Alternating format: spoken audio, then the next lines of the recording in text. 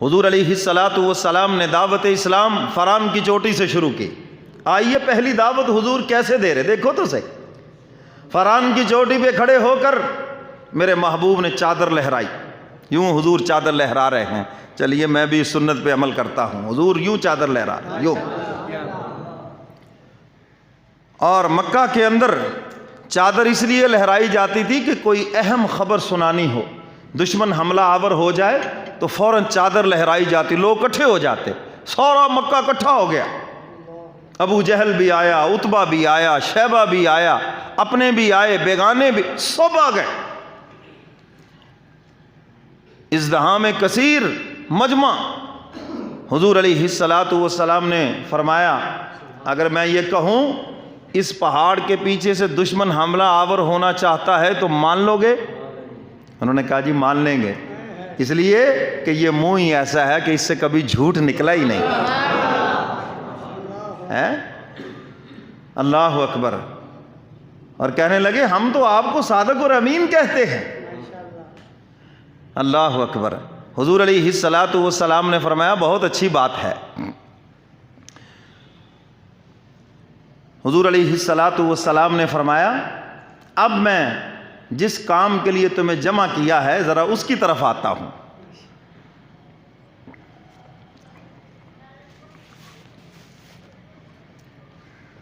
رحمت عالم صلی اللہ علیہ وسلم نے فرمایا لبثت فیکم عمرا.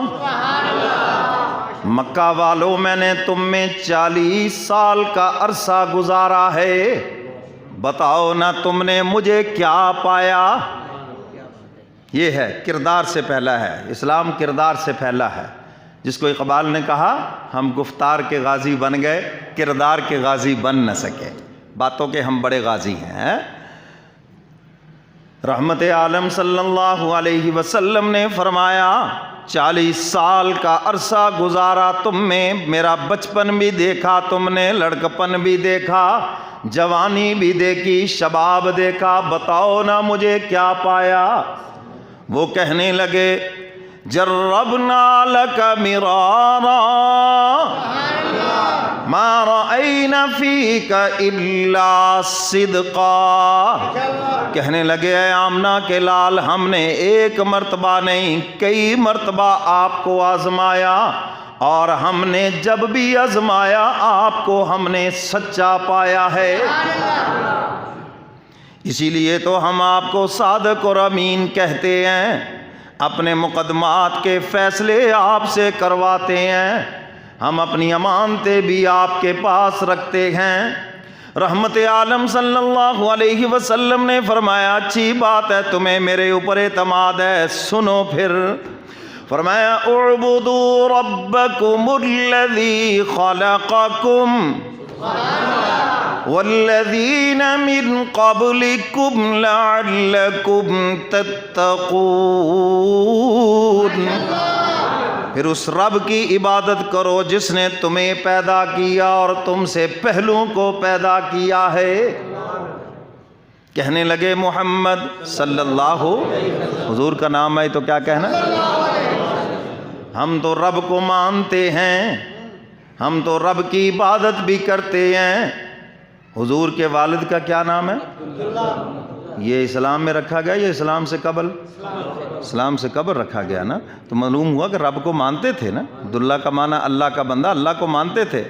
وہ کہنے لگے ہم تو رب کو مانتے ہیں اور رب کے نام کی چیزیں بھی دیتے ہیں. فقالوا هذا لله بزعمهم وهذا لشركائنا. ہم تو کھیتیوں سے مویشیوں سے اللہ کے نام کا حصہ نکالتے ہیں, یہ رب کے نام کا اور یہ پیر صحیح کے نام کا. آج بھی پالیسی یہی ہے, رحمان بھی خوش رہے اور شیطان بھی ہاتھ سے نہ جائے. ہیں جی, ہاں دین بھی رکھنا ہے, دنیا بھی رکھنی ہے, دودھ بھی رکھنا ہے, پیشاب بھی رکھنا ہے, برتن ایک ہی ہے. سوچ دیکھو مسلمان کی بات دیکھو کیسی کرتا ہے. کیوں جی, ایک برتن اگر دودھ کا بھرا ہوا ہو اور اس میں ایک قطرہ پیشاب کا گر جائے تو ہے کسی قابل وہ؟ یہ آج ہماری سوچ ہے. کیوں نہیں کہتے کہ ہم نے دین رکھنا ہے دنیا رہے یا نہ رہے؟ یہ ہونی چاہیے مسلمان کی سوچ. اچھے بھلے کہنا ہے جی ہم نے دین بھی رکھنا ہے دنیا بھی رکھنی ہے. دونوں نہیں رہیں گے، ایک رہے گا، یا دین رہے گا یا دنیا. اور جب دونوں رکھنا چاہو گے تو دنیا رہے گی، دین نہیں رہے گا. حضرت یوسف علیہ السلام مصر کے تخت کے اوپر بیٹھے ہیں.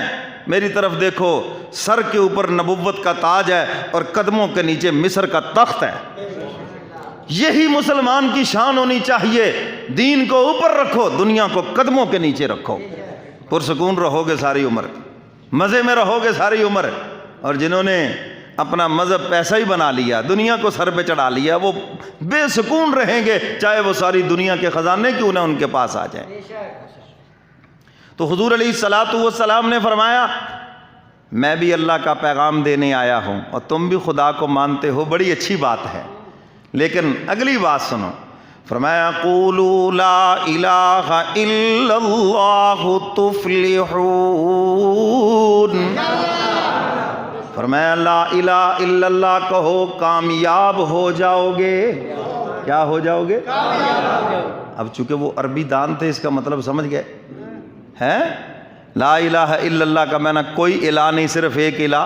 اور ان کے تو 360 خدا تھے بیت اللہ میں پڑے. انہوں نے کہا دیکھو جی یہ 360 خداؤں کی یہ تو نفی ہے. ایک خدا اللہ ہماری مشکلیں کیسے حل کرے گا؟ ہماری تو اتنی مشکلات ہیں، اتنے مسائل ہیں، اس کے لیے کئی خدا چاہیے. اور ہر مشکل کا الگ الگ ان کا خدا تھا. اور پھر آخر میں جب وہ کہتے تھے نا کسی سے کچھ نہ بنے، تو آخری پھر فیصلہ کن اللہ رب العزت ہے، پھر وہ کر دیں گے. ذہن تو ہمارے ہاں بھی کچھ اس قسم کا ملتا جلتا ہے. جب مریض کی بس ہو جاتی تو کہتے ہیں اللہ توبہ کرو جی. کیوں جی؟ ہاں، وہ کسی کی ٹانگ ٹوٹ جائے تو پہلے وہ دیہاتوں میں سیانوں کے پاس پھرتے رہتے ہیں، پھر وہ آخر میں جب کوئی بات نہیں بنتی کہتے ہیں اب ڈاکٹروں کے پاس چلو. ہیں جی اب پاگلوں کے پاس چلو، پہلے سیانوں کے پاس. سیانا ہے جی پنڈ دے اندر ہے. یعنی عجیب سوچ ہے. تو بھائی اگر کوئی بیمار ہو گیا، اللہ کے نبی نے ہمیں طریقہ بتایا، فرمایا اس کے لیے دعا کرو، صدقہ خیرات کرو، اللہ آئی ہوئی بیماری کو ٹال دیں گے. دعا کا کوئی بھائی دعا میں کوئی ٹائم لگتا ہے؟ ہاتھوں سے مریض کو اٹھا رہو، دل سے دعا کر لو، یا اللہ اس کو صحت دے دے، یا اللہ ہے جی کوئی دوست احباب ہیں، پیر و مرشد ہے، اساتذہ ہیں، والدین ہیں، کوئی بھی ہے، ان سے دعا کا کہو. اور دوسرے نمبر پر فرمایا صدقہ خیرات کرو، اللہ اس بیماری کو ٹال دیں گے. ادھر نہیں جانا. ہاں جی بھاگو جی بھاگو، سارے ظاہری اسباب کے اوپر بھاگتے ہیں. تو اسباب اختیار کرنے سے ہمیں منع نہیں کیا گیا، لیکن دھیان بھی تو مولا کی طرف رہے نا. تو حضور علیہ السلام نے فرمایا تم بھی خدا کو مانتے ہو، میں بھی خدا کا پیغام دیں. سنو پھر جب آپ نے فرمایا نا قولوا لا الہ الا اللہ تفلحون، یہ الہ کچھ نہیں صرف ایک اللہ ہے. آگے سے کیا کہا؟ تبا لک یا محمد علی جماعت ھذا. میں اس کا ترجمہ نہیں کر سکتا. حضور علیہ السلام کو کیا ان بدبختوں نے کیا گستاخی کی، کیا بکواس کی. کائنات کے سب سے بڑے شریف انسان نے اس بات کو سن کے برداشت کر لیا، مگر اس کے غیور خدا سے نہ برداشت ہوا. فرمایا تبت یدا ابی لہب وتب. حق تعالیٰ فرماتے ہیں ابو لہب ہلاک تو ہوا اور تیری بیوی ہوئی جو میرے محبوب کی راہوں میں کانٹے بچھاتی رہتی ہے. میرا محبوب تو کامیاب ہے. حضور علیہ السلام نے پہلی دعوت دی، کون سی تلوار تھی وہاں پر؟ حضور پر پتھر ابو لہب نے مارا، حضور کے رخ انور کے اوپر بجا کر، اس لیے ہمیں جمع کیا ہے. تو میرے محترم سامعین، اسلام تو اخلاق سے پھیلا ہے، کردار سے پھیلا ہے. اور میں اکثر کہا کرتا ہوں آج اسلام کے پھیلنے میں